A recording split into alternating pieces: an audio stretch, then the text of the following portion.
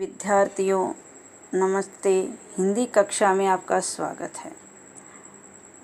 आज हम पाठ 2 लाख की चूड़ियाँ कहानी का अध्ययन करेंगे, जिसके लेखक है कामता नाथ। पिछले वीडियो में हमने बदलू किस प्रकार चूड़ियाँ बनाता है वह पढ़ा था।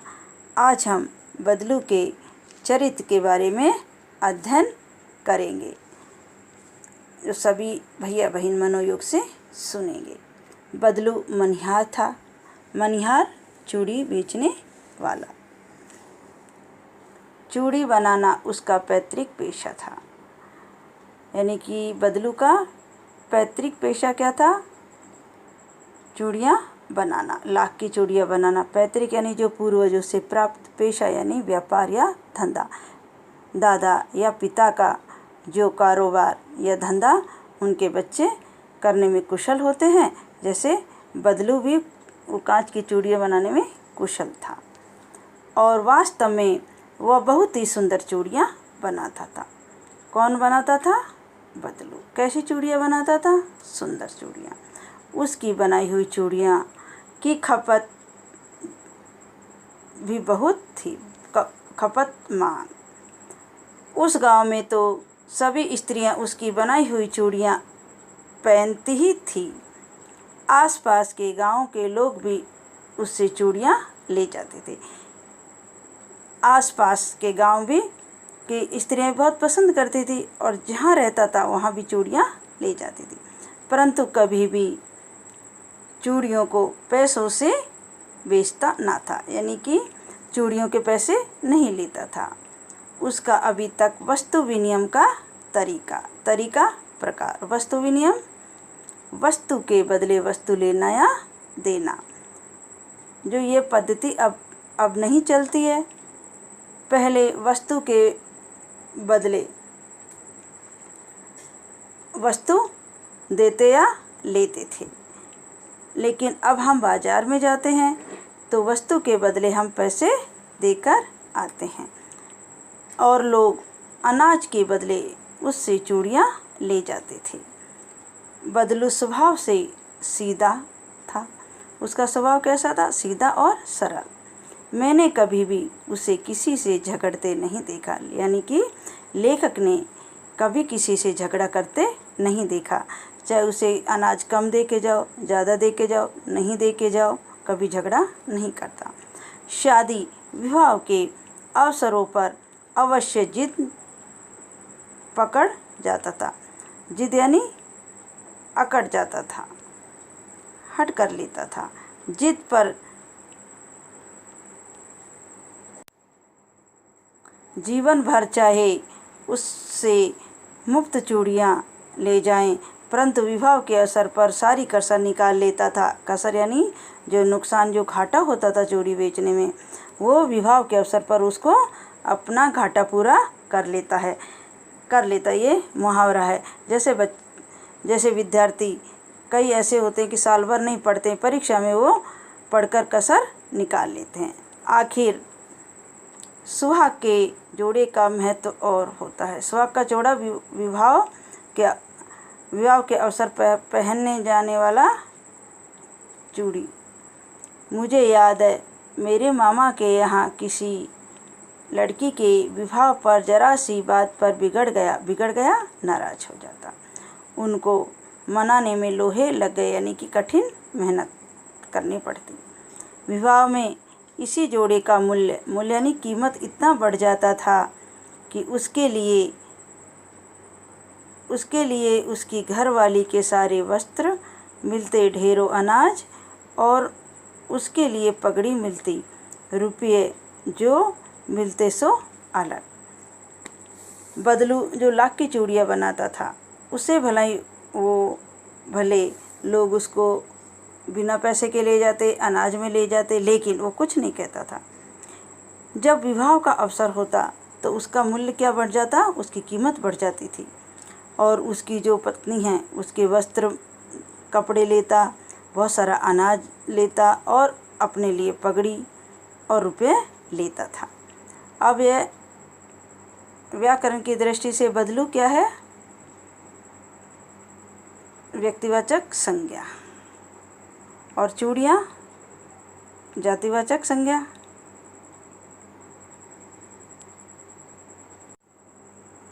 यदि संसार में बदलू को किसी बात से चिढ़ थी तो वह कांच की चूड़ियों से बहुत ही चिढ़ता था। वह उनको पसंद नहीं थी। यदि किसी स्त्री के हाथों में उसकी कांच की चूड़ियाँ दिख जाती तो वह अंदर ही अंदर कुढ़ जाता था। कुढ़ना यानी उसको जलन होती थी, ईर्ष्या हो जाती थी। कभी तो वो 2-4 बातें भी सुना देता था। किसको सुना देता? जो कांच की चूड़ियाँ पहनती थी। मुझसे तो ये घंटे बातों किया करता था। मुझसे किससे? लेखक से। कभी मेरी पढ़ाई के बारे में पूछता तो कभी मेरे घर के बारे में, कभी शहर के जीवन के बारे में पूछता। मैं उससे कहता कि शहर में तो सब कांच की चूड़ियाँ पहनते हैं, और वह उत्तर देता, शहर की बात तो और है लल्ला, वहाँ तो सभी कुछ होता है। वहाँ तो औरतें अपने मर्द के हाथ पकड़कर सड़कों पर घूमती है, और फिर उसकी कलैया नाजुक होती है ना। लाख की चूड़ियाँ पहनने से मोच ना आ जाए। का जीवन में खुलापन होता है, गांव का जीवन में मर्यादित होता है। लाख की चूड़ियाँ भारी होती हैं और कांच की चूड़ियाँ उसकी अपेक्षा हल्की होती हैं। कभी कभी बदलू मेरी अच्छी खासी खातिर भी करता, खातिर आदर। जिन दिनों उसकी गाय के दूध होता था वह सदा मेरे लिए मलाई बचा कर रखता, और आम की फसल में तो मैं रोज़ ही उसके यहाँ से 2-4 आम खा आता। परंतु इन सब बातों के अतिरिक्त जिस कारण वह मुझे अच्छा लगता वह यह था कि लगभग रोज़ ही वह मेरे लिए 1-2 गोलियां बना कर देता। लेखक जब अपने मामा के यहाँ जाता, बदलू के घर जाता, वह उसको गाय के दूध की मलाई, आम और सुंदर सुंदर लाख की गोलियां बनाकर देता था। मैं बहुधा हर गर्मी की छुट्टियों में अपने मामा के यहाँ चला जाता। कौन चला जाता? लेखक। कहाँ चला जाता? मामा के घर। कब जाता? गर्मी की छुट्टियों में। जो बहुधा हर बालक गर्मी की छुट्टियों में स्वाभाविक है कि मामा या बुआ के घर जाते हैं, तो लेखक भी छुट्टियों में जाता था और 1-8 महीने वहाँ रुककर स्कूल खुलने के समय वह वापस आ जाता। यानी कि 1 महीने या 15 दिन रुक के वापस अपने घर आ जाता जब स्कूल खुल जाती थी। परंतु 2-3 बार ही मैं अपने मामा के यहाँ गया होऊंगा। यहाँ लेखक कहते हैं कि मैं 2-3 बार ही मामा के यहाँ गया था। तभी मेरे पिता की एक दूर के शहर में बदली हो गई। यानी कि उनके पिताजी की एक शहर से दूसरे शहर में तबादला हो गया, और एक लंबी अवधि यानी समय तक मैं अपने मामा के गांव ना जा सका। क्यों नहीं जा सका? क्योंकि अपने पिताजी के साथ दूसरे शहर में चले गए थे। तब लगभग 8-10 वर्ष के बाद जब मैं वहां गया तो इतना बड़ा हो चुका था कि लाख की गोलियों में मेरी रुचि नहीं रह गई थी। क्यों नहीं रह गई थी? पहले उनका बचपन था, जब बदलू काका के पास जाता तो रंग बिरंगी गोलियां से उसका बहुत शौक़ था। अब यानी कि समय के अनुसार वो थोड़ा बड़ा हो गया और उसकी रुचि भी बदल गई और खेल भी बदल जाते हैं। अतः गांव में होते हुए भी कई दिनों तक मुझे बदलू का ध्यान न आया। इस बीच मैंने देखा कि गांव में लगभग सभी स्त्रियां कांच की चूड़ी पहने हैं। विरले ही हाथों में मैंने लाख की चूड़ियां देखी। तब एक दिन सहसा मुझे बदलू का ध्यान हो आया। बात यह हुई कि बरसात में मेरे मामा की छोटी लड़की आंगन में फिसलकर गिर पड़ी और उसके हाथ में कांच की चूड़ी टूटकर उसकी कलाई में घुस गई। उसके खून बहने लगा मेरे मामा उस समय घर पर न थे।